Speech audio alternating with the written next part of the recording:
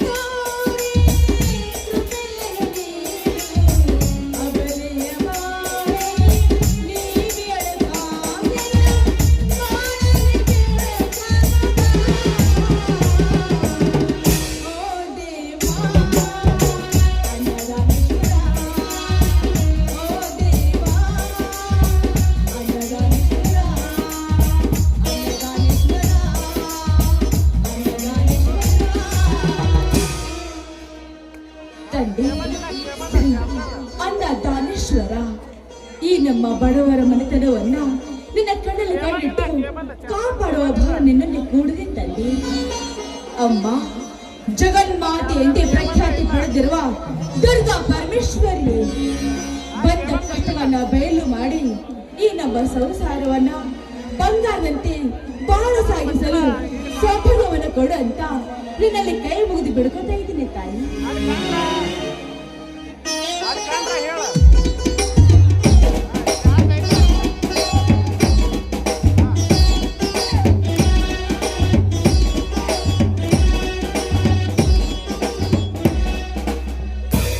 ರೇವತಿ, ಒಬ್ಬಳೆ ನಿಂತು ಏನೇ ವಿಚಾರ ಮಾಡುತ್ತಿರುವಲ್ಲ?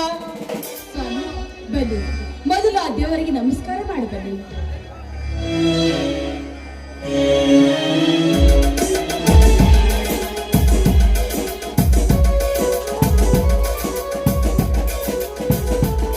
ಸ್ವಾಮಿ, ತೆಗೆದುಕೊಳ್ಳಿ ಪ್ರಸಾದವನ್ನು.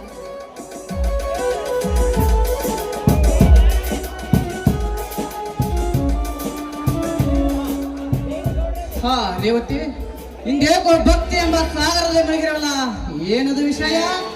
ಸ್ವಾಮಿ, ಇಂದು ದುರ್ಗಾಷ್ಟಮಿ, ಅದಕ್ಕೆ ಪೂಜೆ ಮಾಡಿ ನಮ್ಮ ಸಂಸಾರವನ್ನ ಸುಖವಾಗಿ ಇಡುವಂತ ಪ್ರತಿಷ್ಠಿಸ್ಕೊಳ್ತಾ ಇದೆ ಅಷ್ಟೇ. ಏ ಹುಚ್ಚಿ, ಪೂಜೆ ಪುನಸ್ಕಾರ ಎಂದು ಏಕೆ ಸಮಯ ಹಾಳು ಮಾಡುತ್ತಿರುವೆ? ಸ್ವಾಮಿ, ಯಾಕ್ರಿ ಇವತ್ತು ಹೇಗೆ ನಡೀತಾ ಇದ್ದೀರಲ್ಲ? ಮತ್ತೇನು ಮಾಡುವುದು ರೇವತಿ? ಚಿಕ್ಕಂದಲಿದ್ದಾಗ ತಂದೆ ತಾಯಿಯನ್ನು ಕಳೆದುಕೊಂಡ ಈ ಸತ್ಯವಂತ ಬಡತನಕ್ಕೆ ಕಾರಣವಾದ ಈ ಮೂರ್ತಿಯನ್ನು ಹೇಗೆ ತಾಳಕ್ಕೆ ಲಾವಿಸಬೇಕೆಂದು ತೀರ್ಮಾನ ಮಾಡಿದ್ದಾನೆ ಈ ಸತ್ಯವಂತ. ಇಂಥ ಕಠೋರವಾದ ಮಾತುಗಳನ್ನ ನನ್ನ ಕಣ್ಣು ಪಡೆದ ನಾನು ಕೇಳಲಾರೆ. ನಿಮ್ಮ ಬಾಯಿಂದ ಇದು ಇಂಥ ಮಾತುಗಳೇ? ಹೌದು ರೇವತಿ, ಹೌದು. ಮನುಷ್ಯ ತಾಳ್ಮೆ ಮಿತಿ ಮೀರಿದರೆ ಈ ರೀತಿ ಕಠೋರ ವರ್ತನೆಯನ್ನು ತಾಳಬೇಕಾಗುತ್ತದೆ. ನೋಡಿ, ಮನುಷ್ಯನಿಗೆ ಕಷ್ಟಗಳು ಬರುವುದು ಸಹಜ. ಅದನ್ನ ಸರಿ ಸಮಾನವಾಗಿ ಸ್ವೀಕಾರ ಮಾಡಿ ಬಾಳ ಸಾಗಿಸ್ಬೇಕು ಅಷ್ಟೇ. ಧರ್ಮ ಎಲ್ಲಿದೆ? ಧರ್ಮ ಧರ್ಮದ ಮೂಲ ಎಂದು ಹೇಳುವ ವೆಚ್ಚಗಳ ಬಸವಣ್ಣ. ಆದರೆ ಈ ಧರೆಯಲ್ಲಿ ಅಧರ್ಮವೇ ತಾಂಡವಾಡುತ್ತಿರುವಾಗ ಧರ್ಮಕ್ಕೆ ನೆಲೆ ಎಲ್ಲಿದೆ ರೇವತಿ? ಧರ್ಮಕ್ಕೆ ಬೆಲೆ ಎಲ್ಲಿದೆ? ಧರ್ಮೋ ರಕ್ಷತೆ ರಕ್ಷಿತ. ಯಾರು ಧರ್ಮವನ್ನು ಪಾಲಿಸುತ್ತಾರೋ, ರಕ್ಷಣೆ ಮಾಡುತ್ತಾರೋ ಅವರನ್ನ ಆ ಧರ್ಮವೇ ರಕ್ಷಣೆ ಮಾಡುತ್ತೆ. ರೇವತಿ ಎಷ್ಟೊಂದು ಅರ್ಥಗರ್ಭಿತವಾಗಿ ಮಾತನಾಡಿದೆ.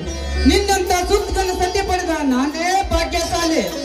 ನಿಮ್ಮಂಥವ್ರನ್ನ ನಾನು ಪತಿಯಾಗಿ ಪಡೆದಿದ್ದೀನಲ್ಲ, ನಿಜವಾಗಲೂ ನಾನೇ ಮಹಾಪುಣ್ಯವಂತೇರಿ, ನಾನೇ ಮಹಾಪುಣ್ಯವಂತೆ. ಹಾ ರೇವತಿ, ಈ ನಿನ್ನ ಪತಿ ದೇವರ ಒಂದು ಮಾತನ್ನು ನಡೆಸಿಕೊಡುವೆಯ?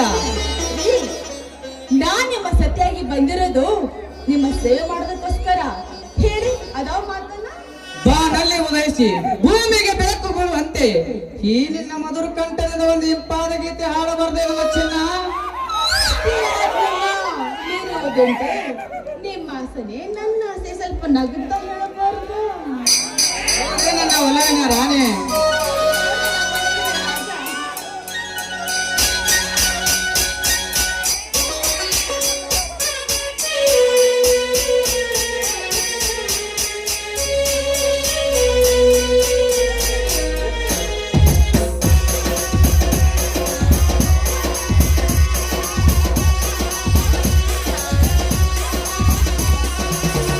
ಬುದ್ಧಿ ಮುತ್ತು ಚಂದ ನಾನು ಜುಮ್ಕಿದತ್ತು ಚಂದ ಕಾಸಗಲ ಬತ್ತು ಚಂದ ನಾದ ಜಡೆ ಜೊತ್ತು ಚಂದ ಬುದ್ಧಿ ಮುತ್ತು ಚಂದ ನಾನು ಜುಮ್ಕಿದತ್ತು ಚಂದ ಕಾಸಗಲ ಬತ್ತು ಚಂದ ನಾದ ಜಡೆ ಜೊತ್ತು ಚಂದ ಬೆಳ್ಳದ ಚುಟುಕಿ ಚಂದ ಬೆಳಕು ಬಳ್ಳಿ ನಡು ಚಂದ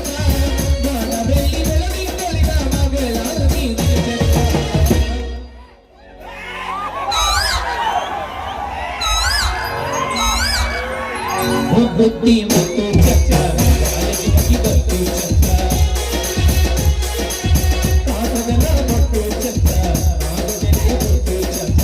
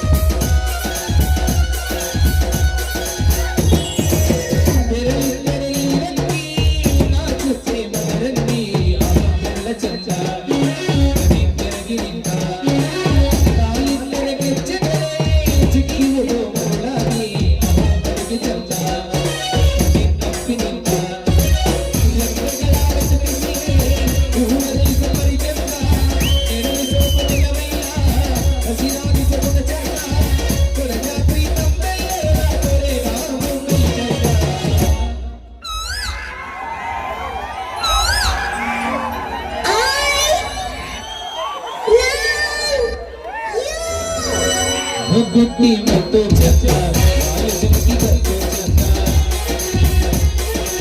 ಕಾಸಗಲ ಬತ್ತು ಚಕ್ಕ ನಾಗಜನೆ ಬತ್ತು ಚಕ್ಕ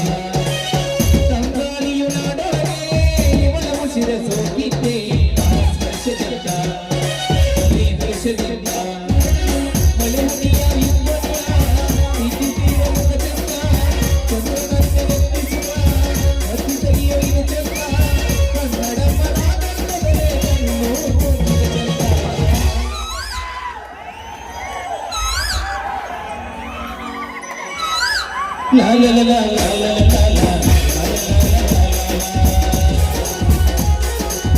La la la la la la la la.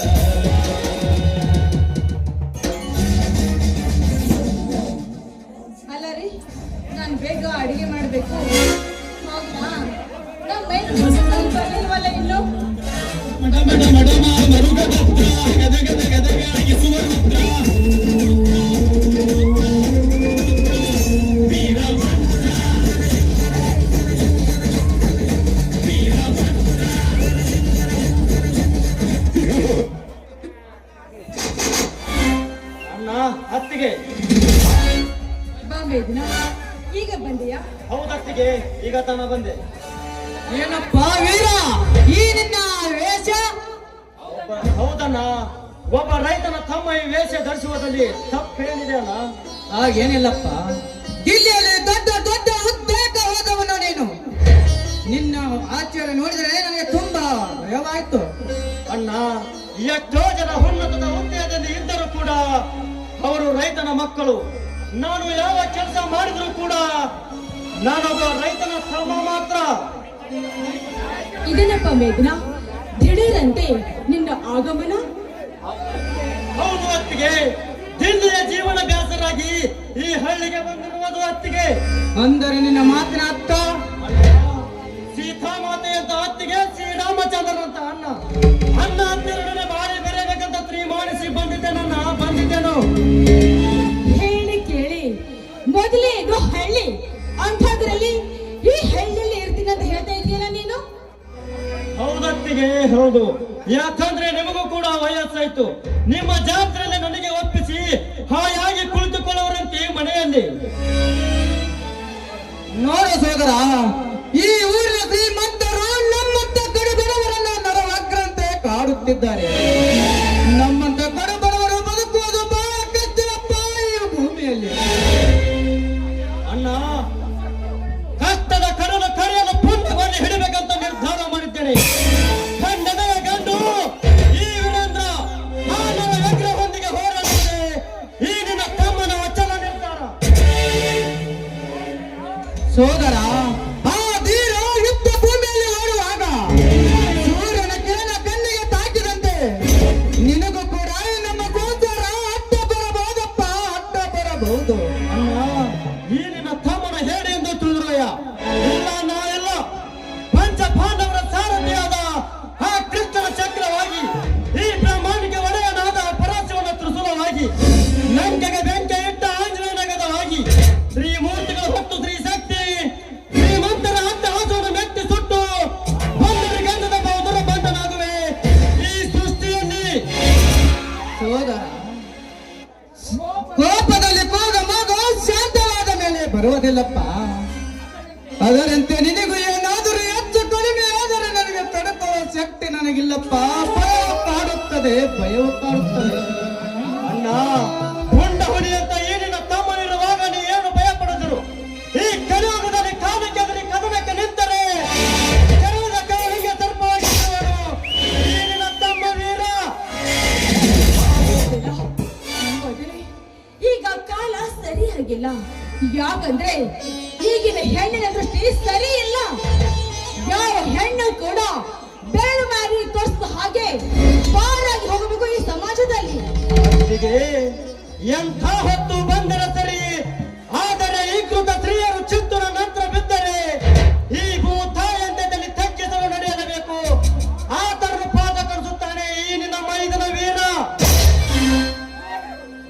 ಸೋದರ, ನಮ್ಮ ದೈವದಲ್ಲಿದ್ದ ನಾನು ಯಾರಿಂದಲೂ ತಪ್ಪಿಸಲು ಸಾಧ್ಯವಿಲ್ಲ.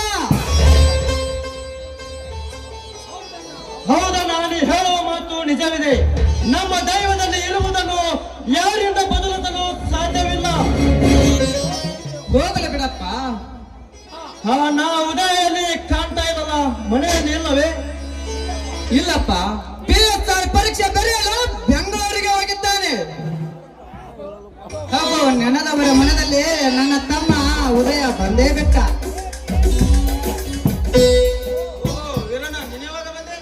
ನಾನು ಬಂದ ಬಹಳ ಹೊತ್ತಾಯ್ತು. ಹೇಗೈತಪ್ಪ ನಿನ್ನ ರಿಸಲ್ಟ್? ಅಣ್ಣ ಅತ್ತಿಗೆಯರ ದಯದಿಂದ ರಿಸಲ್ಟ್ ಫಸ್ಟ್ ಕ್ಲಾಸ್ ಆಗಿದೆ. ನೀನು ಫಲಿತಾಂಶ ಪ್ರಕಟವಾಗುವುದು ಒಂದೇ ಬಾಕಿ. ನೋಡು ಸೋದರ, ಇಲ್ಲಿವರೆಗೆ ನಿನ್ನ ಕಷ್ಟಪಟ್ಟು ಓದಿಸಿದ್ದು ನಾನಲ್ಲ. ಒಳ್ಳೆಯವರಿಗೆ ಗೆದ್ದವನಾಗಿ, ಕೆಟ್ಟವರಿಗೆ ಬೆದರವನಾಗಿ, ಈ ಕನ್ನಡ ನಾಡಿನ ಬಾಯಿಗೆ ಓಡುವಗೆ ಬಂದ ಪುಂಡರಿಗೆ ಬಂದ ಭೂಮಿಯಲ್ಲಿ ಪುಂಡವಲಿಯಾದರೆ ನಿನ್ನ ವೀರ. ಅಣ್ಣ, ನೀವು ಮೂವರು ನನ್ನ ಓದಿಗೋಸ್ಕರ ನಿಮ್ಮ ಜೀವನವನ್ನೇ ಮುಡುಪಾಗಿ ಇಟ್ಟಿದ್ದೀರಿ. ಈ ನಿಮ್ಮ ಋಣ ಎಷ್ಟು ಜನ್ಮ ಎತ್ತಿ ಬಂದರೂ ತೀರಿಸಲಾಗದು ಅಣ್ಣ, ತೀರಿಸಲಾಗದು.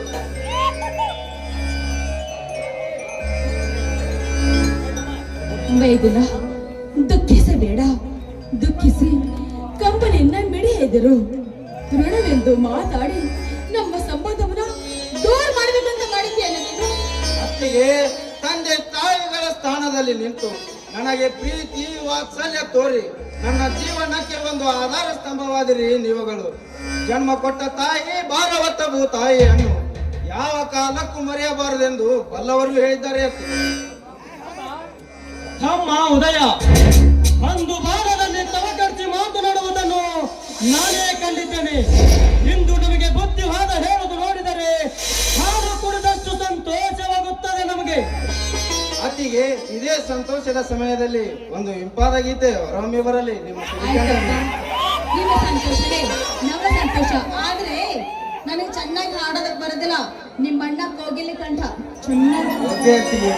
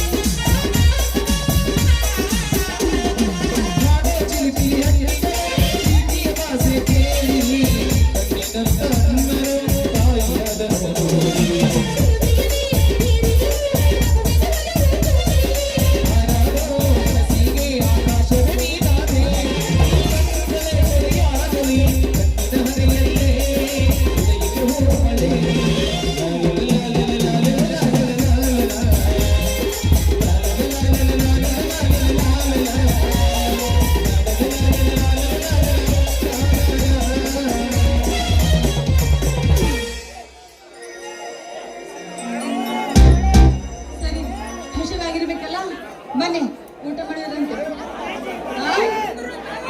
ಆಯ್ತು ನಡಿ ರೇವತಿ. ತಮ್ಮ ಉದಯ ವೀರ ಕೈ ಕಾಲು ಮಗವನ್ನು ತೊಳೆದುಕೊಂಡು ಬನ್ನಿರಪ್ಪ, ಊಟ ಮಾಡಿವ್ರಂತೆ. ಆಯ್ತಣ್ಣ.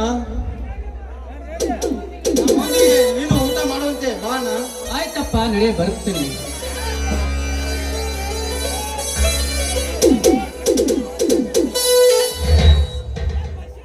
ದೇವ ಅನ್ನದಾನೇಶ್ವರ, ಈ ನಮ್ಮ ಸುಂದರ ಸಂಸಾರದಲ್ಲಿ ಯಾವ ಸುಂಟರ ಗಾಳಿ ಹಬ್ಬಿಸದಂತೆ ಕಾಪಾಡುವ ಭಾರ ನಿನ್ನದಪ್ಪ, ನಿನ್ನದು.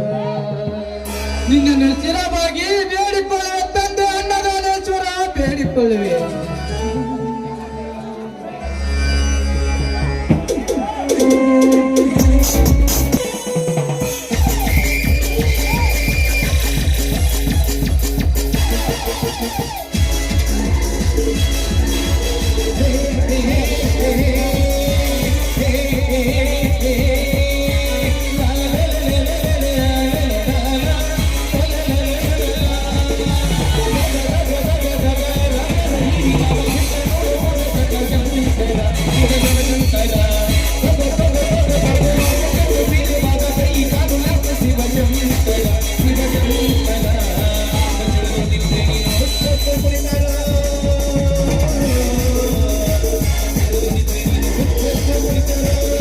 Thank you.